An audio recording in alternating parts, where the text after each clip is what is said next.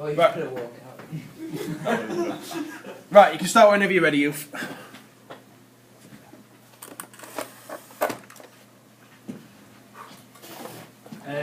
Okay. My game is called Entitled. Okay, the main character is called Grim. It's just a normal person and he's been dragged into this whole elaborate story and been put in the middle of it all, basically. So the introduction starts off as just him next to two people, and then... Is it alright for reading the sheet? Fine.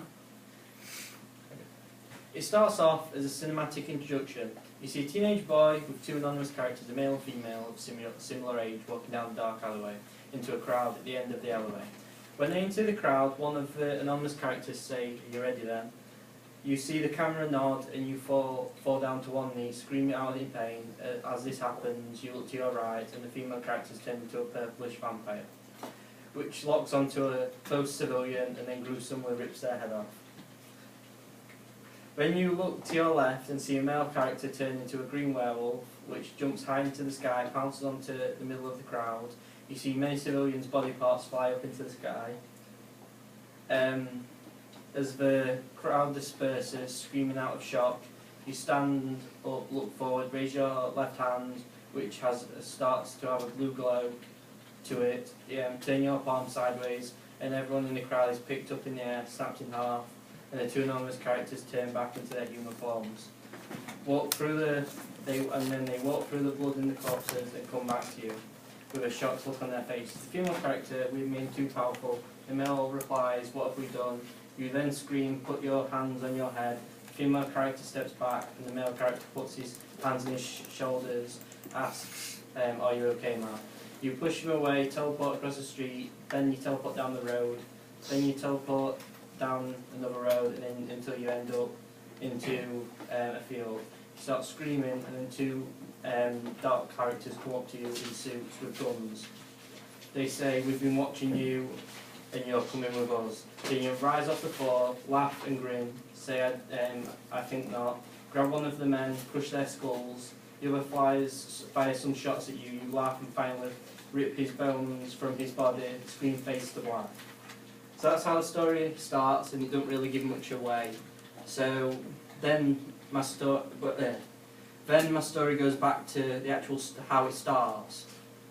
So the introduction is basically a section from about a third way through of my story, and it goes back to the beginning where you're just a normal character. You sat in a bar, and the two characters who I've just mentioned come up to you, and then a whole elaborate story starts, and basically they give you an artifact which turns you into this supernatural being. And after what happened in the introduction, you decide that you don't want to be part of their evil plan and you want to be the part of good, and that's where the New Hope starts. This is you and a bunch of humans trying to survive against them and the men in suits, which I'll talk about in a bit.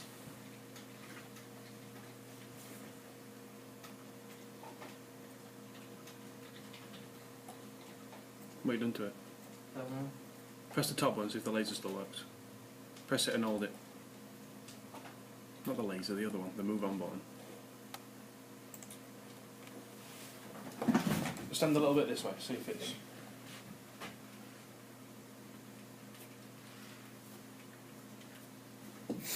New Hope. Your role is to manage the civilians and try and use them to make an army. They have very basic weapons, but they have normal guns, and they don't have any superpowers. They're just normal humans with guns trying to help you. They are your allies, and they will try to help you on your quest to try and defeat the men in suits, I'll explain in a bit, and the werewolf and the vampire figure.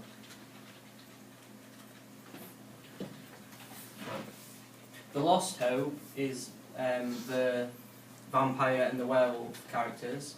Their weapons are usually blunt and melee weapons. They don't really have any need for guns because they have supernatural powers. Hugo is the werewolf character, who is a shady looking character who manipulates the vampire character called Lilith. He manipulates her, but she's not too pleased about this, and eventually, later on in the story, she decides to change sides and help the character called Grimm, who you play, with his quest to try and stop the evil people. Their troops are usually just trolls, ogres, orcs, stuff like that, just supernatural beings, and they just have blunt weapons, or just their fists, and just use their strength to kill their enemies. I've done it. Oh, sorry. The men in the suits, who you find out later, are the organisation. They have high-tech weapons, and they're usually battery-powered, but they use that to convert to bullets, so it's just normal bullet weapons, but they run off the batteries. The leader of them is Chester, who is an old man who has been blessed with a supernatural power of telepathy, and that's how he communicates with all his troops and his soldiers. Because he can't talk, all you see of him is he has a white robe and he's in a wheelchair for the whole thing, and you never hear him talk, and he has a mask on. So he uses telepathy to give his orders to his troops. His aim is to try and destroy the New Hope and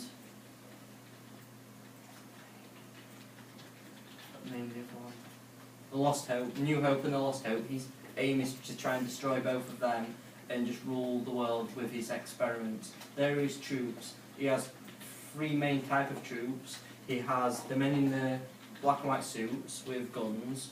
He has other experiments that are rather weak, and then he has main bosses that are called sirens, which are floating giant black diamonds with miniguns or grenade launchers attached to them, and he's basically created them to do his bidding and try and destroy his enemies. How the game works. How to play my game is basically you start off the main few missions, and until you finish where the introduction starts, where you gain your powers and you actually do evil, is all set missions. But then after that is a free roaming game.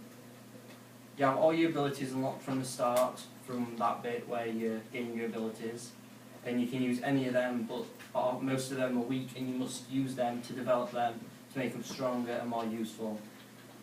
You can use any weapons you find, like blunt weapons that you can pick up off the Lost Hope, the weapons that you're given by your own men in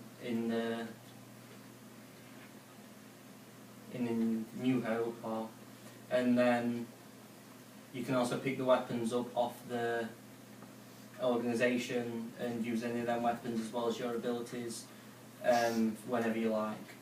So the story basically goes, you must protect the humans, and every so often there's faction fights it can be between the organisation, the Lost Hope and New Hope, and in between them you can fight each other, they can all be fighting each other at once, just for territory, and that's how the game works. The unique selling points of my game is ability to open the menu and change your abilities at any time, whenever you feel necessary. There's a huge open world after you've finished the set missions, and you can do whatever you want whenever you want. You can go and destroy the organisation if you want first. You can go destroy the Lost Hope. Whatever you want to do is up to you. Abilities, you can do anything at any time, as I've said.